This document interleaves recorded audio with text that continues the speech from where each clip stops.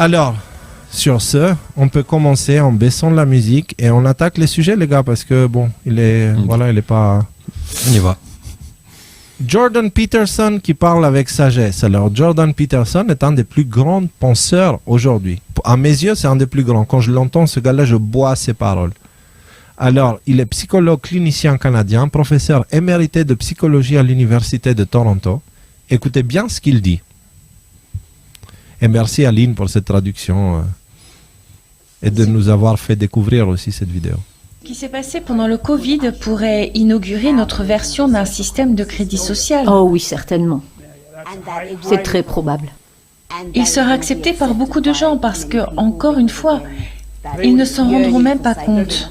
Ils ne le remarqueront pas. Vous ne pouvez pas croire à quel point les gens ne sont pas au courant de ces choses. Quand je suis allée au Royaume-Uni, j'ai parlé à des membres de la Chambre des Lords.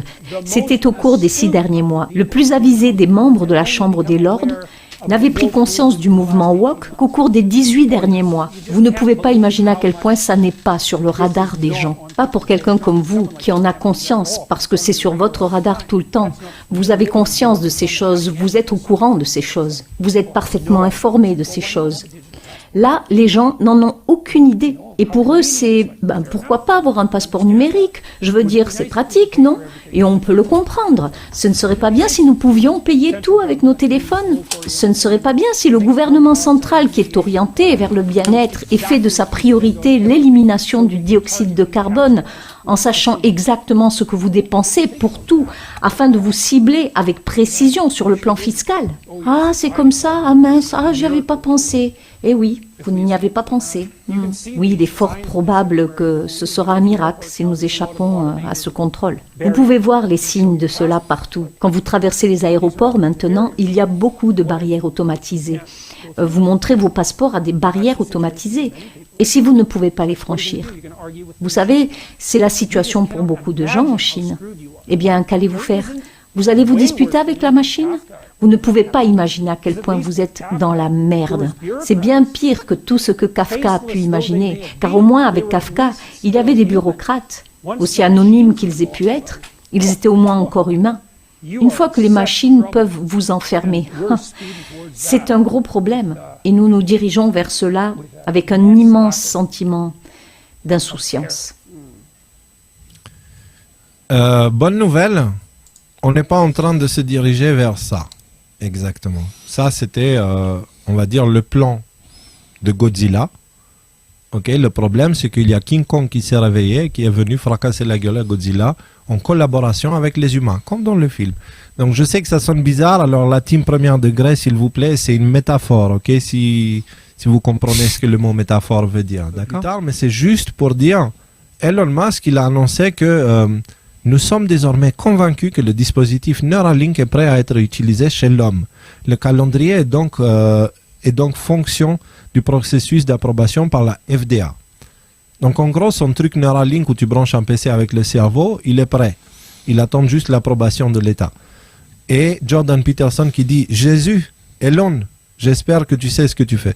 Il y a les médias, surtout israéliens, qui en ont parlé, et ce média américain, justement, qui est a priori un média catholique qui en parle, et qui dit qu'en marge de la COP27, vous savez, le truc de Nations Unies qui se tenait en Égypte, il y a eu un rassemblement interconfessionnel, du centre interconfessionnel pour le développement durable. Donc en gros, c'est les religieux pour le développement durable, avec en tête de file un certain patriarche œcuménique Bartholomé, qui ont occupé le mont Sinaï et en fait ils ont fait toute une action et ils ont promu 10 nouveaux commandements en fait pour l'humanité, et ils ont promu l'idée comme quoi l'humanité est censée se repentir des péchés qu'ils ont commis contre la terre-mère. Alors certaines choses, on peut effectivement être d'accord comme quoi l'humanité a maltraité la terre jusqu'à maintenant. De là à... oui, beaucoup de choses. Voilà. Beaucoup de choses. Pardon, l'humanité n'a eu zéro respect pour la terre, pour la mère terre, aucun respect. Donc il y a... Oui. Mais de là à refaire les commandements du Moïse et essayer de les faire basculer dans le passé, c'est autre chose encore. Chaque action compte. Dans l'absolu, c'est vrai. Oui. Les actions comptent. Utiliser l'esprit et ouvrir le cœur. Moi, je vais ajouter le 11e commandement, l'eau est mouillée. Okay. Le 12e commandement, le vent souffle.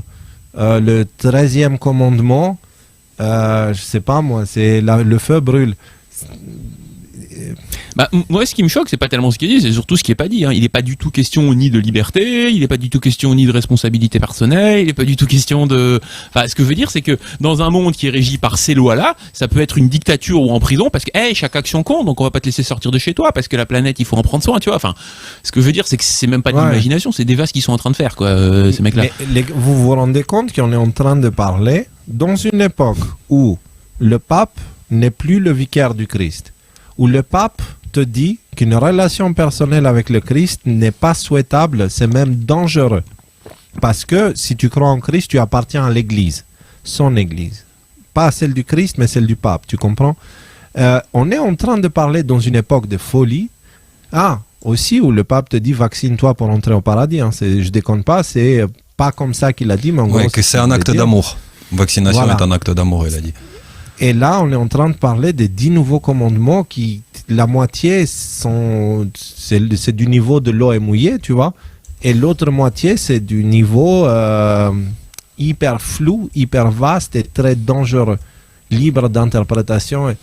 Et ça, c'est les représentants des religions principales. Ouais, c'est les chefs religieux, donc du coup chrétiens, musulmans, juifs et toutes les autres religions comme hindouisme, bouddhisme, etc. qui ont pondu ce texte-là. Autre chose, c'est que le nouvel ordre mondial, là, cette espèce de délire complotiste complètement dingue qui n'est basé sur rien, nous annonce depuis très longtemps qu'il y aura la volonté de la création d'une religion mondiale complètement déconnectée du Christ, de Dieu même en fait. Ce que je veux dire, c'est que Dieu n'est pas mentionné une seule fois. Une religion mondiale, parce que en vérité, il n'existe qu'une seule forme vraie de spiritualité. Moi, personnellement, je ne suis pas croyant de chaque individu devrait avoir sa spiritualité. Il existe une forme de spiritualité qui est vraie. Et il en existe plein d'autres qui sont des chemins qui emmènent vers celle-ci. Tu vois? Mais je ne crois pas... Qui a raison? Les musulmans? Les chrétiens? Les juifs? Les hindous? Les bouddhistes? C'est très simple. Qui a raison, Léo? Qui a raison? C'est moi qui a raison. Et pas moi, Rudy. C'est moi, la personne qui parle, qui a raison. Chacun, de son propre point de vue, est convaincu qu'il a raison et que tous les autres se plantent. Et que ce soit... Et donc là, mais ça, on est d'accord qu'il y a un problème. Ah, on est d'accord, ouais. Un gros problème. Voilà, il y a un moment où il existe une vérité universelle. Bonjour tout le monde. Nous avons une annonce à faire. Nous recevons des témoignages qui nous parlent d'une situation grave aux urgences, mais pas à cause du Covid. Déjà en 2020, il n'y avait pas assez de soignants, mais la situation s'est empirée à cause de la vaccination obligatoire pour ces derniers. Beaucoup ont refusé, beaucoup plus que ce qu'on croit, et beaucoup ont arrêté de travailler suite à ce qu'ils ont vu en 2020 et 2021. Cela veut dire qu'il y a beaucoup moins de soignants aujourd'hui. De ce fait, les urgences peuvent saturer beaucoup plus facilement. De plus, les soignants ont apparemment reçu l'ordre de ne pas laisser partir les patients une fois dans les urgences, malgré une décharge signée, sous prétexte qu'il s'agit de non-assistance en personnes en danger. Cela est absurde et illégal, mais c'est la triste vérité. Alors, si les urgences accueillent les gens, ne les soignent pas à cause du manque de personnel, mais ne les laissent pas rentrer chez eux non plus, les conséquences sont désastreuses, car les urgences sont saturées. Et vous, les fact-checkers, allez vérifier si ce que je dis est vrai, ou c'est plus important pour vous de couvrir vos arrières qui sont à l'air libre ces derniers jours. Vous avez des priorités, je comprends. Pendant ce temps, des gens meurent abandonnés sur des lits dans des couloirs. Les charognards des médias de masse vont ensuite faire des photos et des vidéos pour dire « 9e vague qui est là », en faisant croire que les urgences saturent à cause d'une 9e vague et que le nombre de morts augmente à cause de ça. Ceci est un crime et doit cesser immédiatement. Leur manipulation ne doit pas passer cette fois-ci. Partagez ce message massivement. Mais il y avait des pompiers qui disaient que eux, ils ont une sorte d'ordre d'emmener les gens à l'hôpital plus facilement. Et comme ça, ils déchargent la responsabilité à l'hôpital et ils les laissent là-bas. Donc, les hôpitaux, ils sont en train de recevoir massivement des gens. Ils n'ont pas assez de personnel. Ils n'arrivent pas à les soigner. Et ils n'arrivent pas à les laisser partir non plus quand ils ne doivent pas rester là. Donc, vous comprenez qu'est-ce que ça peut avoir comme résultat. Certains disent, oui, mais ce n'est pas le cas ici. Moi, j'étais à l'hôpital, ça s'est bien passé. Oui, ça a commencé il n'y a pas très longtemps. C'est quelque chose qui va se propager. Là, je vous parle des hôpitaux de Paris. Petite information made in Bolloré. Alors, Pascal Pro et Cyril Hanouna, pour moi, c'est main gauche et main droite de Bolloré, donc c'est pour ça que je dis made in Bolloré. C'est une vidéo qui nous vient du même jour où ils avaient invité le professeur Cohen pour parler voilà, pour fact-checker un petit peu la gueule de la rhétorique où ils se sont foutus de nous pendant 2 ans et demi. Et bah là, on va écouter cet extrait à 26 minutes 33. Question qui nous paraissait importante, est-ce que le vaccin protège de la Et ensuite, j'ai eu la chance, je dis bien la chance, d'attraper le Covid. Et là, ça m'a fait 4 mois de passe Mais sanitaire. ne passons pas trop sur silence sur la première phase de la crise sanitaire, l'engorgement des services d'urgence, les premiers décès. Et pourquoi ils sont engorgés, les services d'urgence? d'urgence? C'est pas moi à qui vous allez le dire. Ça fait des années que je dis que la Non, crise mais hospitalière... sérieusement, pourquoi ils sont engorgés? Tout simplement parce que les personnes de forme Non. Covid arrivent. Non. Pourquoi? Mais parce qu'on refuse de les soigner. Est-ce que vous Cher ami, proposez- Il y a eu beaucoup d'hospitalisations quand même. mais on refuse de les soigner avec l'ivermectine et l'hydroxychloroquine. La personne que vous avez C'est- reçue ce voilà. matin Ah, on a changé d'époque là. Hein. On a changé d'époque. Donc, en gros, à l'époque, ils refusaient de soigner les gens. Maintenant, ils refusent de soigner les gens. Voilà. Mais maintenant, ils refusent de soigner les gens par manque de personnel. Parce que les blackouts commencent. Vous sentez que les fact-checkers galèrent. Ok. Vous sentez qu'en fait, toute la rhétorique, elle est en train de secouer, de bouger, de vibrer, etc. etc. C'est la fin est proche. En plus de ça, avec cette histoire de cette marque de luxe et de la séance photo, etc., etc., les révélations sur les crimes pour les enfants viennent de commencer. Ça a commencé déjà. On ne vous dit pas, ça viendra. Si vous saviez tout ce qui est sorti avec cette histoire de cette marque, vous allez halluciner. Donc les révélations ont commencé. En plus de ça, on a Elon Musk qui dit, bon bah j'ai regardé dans les trucs de Twitter, et Twitter a servi à interférer à l'élection de 2020. Il le dit. Et il a les preuves, il a les documents qu'il compte sortir. Donc, ça veut dire que la rhétorique, elle est foutue. Les révélations ont commencé. Et donc, on entre dans cette époque où ils n'ont pas d'autre choix que de faire le blackout. Parce que Twitter, ils ne vont pas réussir à le bloquer en France, en Europe. Parce que s'ils le font, beaucoup de gens vont apprendre à utiliser un VPN pour contourner la censure. Parce que Twitter, c'est pas comme Rumble.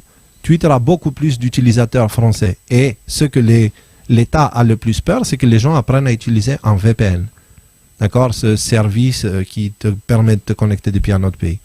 En plus de ça, Elon Musk, il a apparemment pas mal de poids au niveau de sa parole. Elle est quand même assez puissante, étant donné qu'il a réussi à faire plier Apple, comme on va voir tout à l'heure. Alors, ceux qui nous regardent savent qu'à un moment donné, juste avant la partie sévère de la tempête, les coupures d'électricité allaient commencer. Il semblerait que nous y sommes. Vous avez France TV Info qui vous dit coupure d'électricité, une simulation à l'échelle nationale prévue par Enedis et RTE le 9 décembre. Donc vendredi prochain. C'est ça, hein? Oui, c'est ça. Oui. C'est pour le live des décodeurs, ils vont couper l'électricité, voilà. Mais regardez ce qui est dit dans cette émission. C'est le 9, ils font un test, hein. C'est-à-dire il n'y a pas besoin de couper. Juste ils font un test. Et en fait, ils font un test pourquoi? Pour voir comment les gens vont réagir, qu'est-ce que ça va provoquer chez la population, etc., etc. Mais créer des habitudes aussi. Voilà. Le risque de coupure d'électricité cet hiver, ça se précise, une circulaire va donc être envoyée au préfet et on sait ce qu'elle contient, on vous dit tout ce matin. Marine Sabourin avec nous. Très concrètement, Marine, déjà, combien de personnes pourraient être concernées et quand ces coupures vont-elles se produire s'il y en a ? Eh bien, Romain, environ 60% de la population. Les coupures pourraient avoir lieu le matin entre 8h et 13h et le soir entre 18h et 20h. Alors évidemment, cela risque d'entraîner de nombreux changements, à commencer par la fermeture des écoles sans lumière et sans chauffage, ou encore le risque que certains trains ou lignes de métro soient tout simplement fermés pour éviter que les passagers soient bloqués en pleine voie. En ce qui concerne les numéros d'urgence, il sera recommandé de privilégier le 112, le numéro d'urgence européen.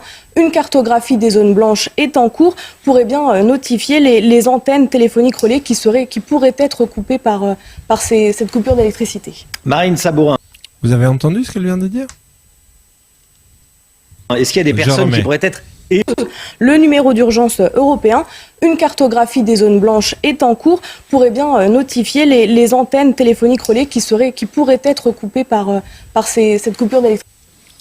Des antennes téléphoniques relais qui pourraient être coupées. On a ce monsieur qui est a priori le patron d'Enedis qui nous disait il y a 2 mois. Tout ce qui a été dit jusqu'à présent est faux. Je vous le dis très clairement. Il n'y aura pas de coupure d'électricité. Il n'y aura pas de coupure. Ni par le compteur, ni autrement.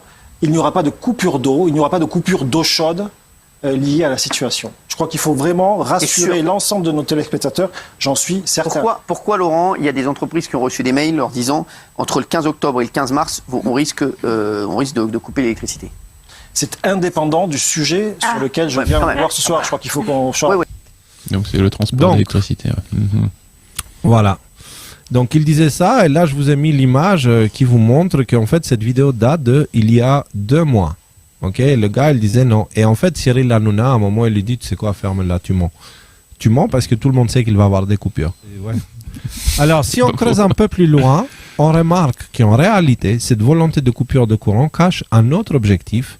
Le premier étant la pression psychologique en français, qui est la coupure des communications. C'est l'autre objectif, c'est la coupure des communications. Et là, nous avons la patronne d'Orange qui alerte sur les risques de coupure de téléphone cet hiver. Et vous savez qu'Internet vient par téléphone. Christiane Heldrin, la directrice générale d'Orange, a été auditionnée devant le Sénat mercredi 30 novembre. Écoutons ce qu'elle a à dire. Je vais rebondir sur votre question suivante, le risque de délestage cet hiver. Je ne peux pas mettre plus fort.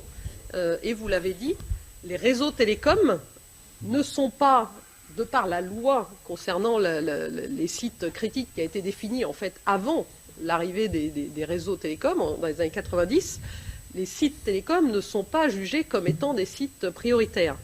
Alors en fait, dans les réseaux télécoms, il y a différents types de sites. Et donc certains de nos sites sont effectivement priorisés dans les plans de prévention pour la préparation que nous mettons en œuvre à des risques de délestage. Mais une partie de nos sites, en particulier les dizaines de milliers de sites mobiles, et c'est un sujet que nous adressons, nous, Orange, mais avec l'ensemble de nos concurrents et avec la Fédération des télécoms, la dizaine de milliers de sites mobiles ne sera pas priorisée. De même que nos clients et un certain nombre de nos sites critiques dans le réseau, qui sont équipés de générateurs et de batteries, ne seront pas non plus priorisés. Donc il y a des systèmes de secours qui permettront de prendre le relais. Néanmoins, si les délestages se multiplient, on ne sait pas en fait comment comportera le réseau. Et ce que l'on appelle un site critique dans les... Etc., etc. Vous avez compris? Donc, il y a Karine San qui dit dans les commentaires « Internet vient par téléphone ». What, Léo? En fait, la connexion ADSL, qui concerne la majorité de la population en France, vient via le réseau téléphonique. Et la 4G ou la 5G maintenant vient via le réseau téléphonique. Donc oui, la majorité d'Internet, hormis ceux qui ont Starlink ou ceux qui ont l'Internet optique, oui, ça vient par le réseau téléphonique. Et tu auras le même problème avec le réseau optique en fait, en vrai, parce que c'est une question de serveurs. Si tu peux pas, les serveurs qui permettent à ces compagnies de faire circuler toutes ces informations, tu peux pas les allumer, les éteindre juste comme ça. C'est pas eux, s'ils savent qu'il y aura des coupures de 2 heures tous les jours, ils vont pas s'amuser à mettre 5 heures à les démarrer pour être utilisés 5 heures, pour ensuite passer 5 heures à essayer de les éteindre pour 2 heures de coupure d'internet. Ils vont garder tout coupé. Donc, et c'est quelque chose, on avait déjà parlé, coupure internet et blackout, ça va ensemble. Allez, parle-nous. Mais ce ne sera pas sur tout un département. Ce sera localisé et tournant et ciblé. Donc on t'appelle, quand on te dit la veille, on te dit demain, on va te couper ton... Ah oui, d'ailleurs, les coupures, elles sont programmées parce qu'en fait, apparemment, tu reçois une notification 3 jours avant. Ensuite, 2 jours avant, tu reçois la confirmation ou un truc comme ça. Et le dernier jour, tu reçois genre l'annonce, demain, tu n'auras pas d'électricité. Ce n'est pas qu'il manque d'électricité et c'est pour ça qu'ils doivent couper. Parce que si c'était le cas, comment tu annonces pour savoir si les gens ils vont utiliser l'électricité maintenant ou plus tard Non, c'est juste, ils prévoient, ils préparent, c'est un truc qui est contrôlé. Et ils te donnent toute une série de choses qui disent si on t'a coupé l'électricité aujourd'hui, on ne va pas te la couper demain, etc. Et c'est d'une absurdité, c'est vraiment... 3 jours, on te l'envoie une alerte, à 2 jours, on te la confirme, et la veille, on te dit si tu es concerné ou pas. Non, mais c'est une énorme talasse. Ça veut dire, mais tu te rends compte comment tu dois t'organiser? Non, mais je sais, mais bon, moi, c'est pas moi qui suis à RTE, à Enedis. Pourquoi il y a eu des grèves? Je suis pas venu pour t'emmerder. Il y a eu des grèves en octobre chez EDF qui ont retardé la maintenance, c'est-à-dire la réparation des centrales. Donc c'était probablement des grèves fondées. Moi, je suis pas là pour dire si c'était une bonne ou mauvaise idée, mais ça donne du retard sur la réparation des centrales qui sont en maintenance. C'est pas la faute des grévistes si on est dans cette situation aujourd'hui. C'est des décisions politiques qui nous ont fait être dans cette situation. Moi, j'ai pas dit que c'était la faute des grèves. J'ai dit que la grève avait entraîné et entraîne un retard. Alors, j'ai bien dit au début que je n'accuse, je suis pas là pour prendre position là-dessus. Si vous nous rejoignez, il est 20h48. Moi, je lui disais juste avant l'émission, toi, tu vas la fermer. Citoyen, j'ai vécu cette vacciné pour le vaccin du Covid, donc je pense tous les médecins doivent être d'accord. Il y en a certains qui peuvent juger que ces propos-là ont eu un effet délétère pour la politique médicale du pays. Et dans ce cas-là, je comprends qu'ils peuvent avoir quelque chose à reprocher à Martine Vonner. Et elle me dit, mais non, je n'ai pas dit ça, j'ai toujours été pour toutes les vaccinations, j'avais quelques doutes sur le vaccin Covid-19. Je dis, c'est pas ce que les gens ont compris. Ce que les gens ont compris, ils vous ont placé comme une des ambassadrices de l'anti-vaccination Covid-19 et même plus largement contre l'anti-vaccination de façon globale. Et ça, c'est grave. Vous savez très bien, Martin, et merci, parce qu'en effet, j'apprécie que ça soit vous qui soit face à moi, parce qu'on peut toujours discuter. On discute toujours avec lui, c'est un amour de mec, c'est un amour. Et merci, je l'adore. Mais en fait, j'ai été présentée par des officines de pseudo-presse, des Fact and Furious pour ne pas les citer, et d'autres, où il y avait des contrats. Il y avait des contrats pour faire passer Martine Vonner parlementaire pour une dingue anti-vax que je n'ai jamais été. Il se trouve qu'en 2020, Le Monde avait fait tout un article sur moi où j'étais présentée plutôt comme quelqu'un d'extrême gauche. J'ai basculé subitement dans l'anti-vax d'extrême droite. Alors,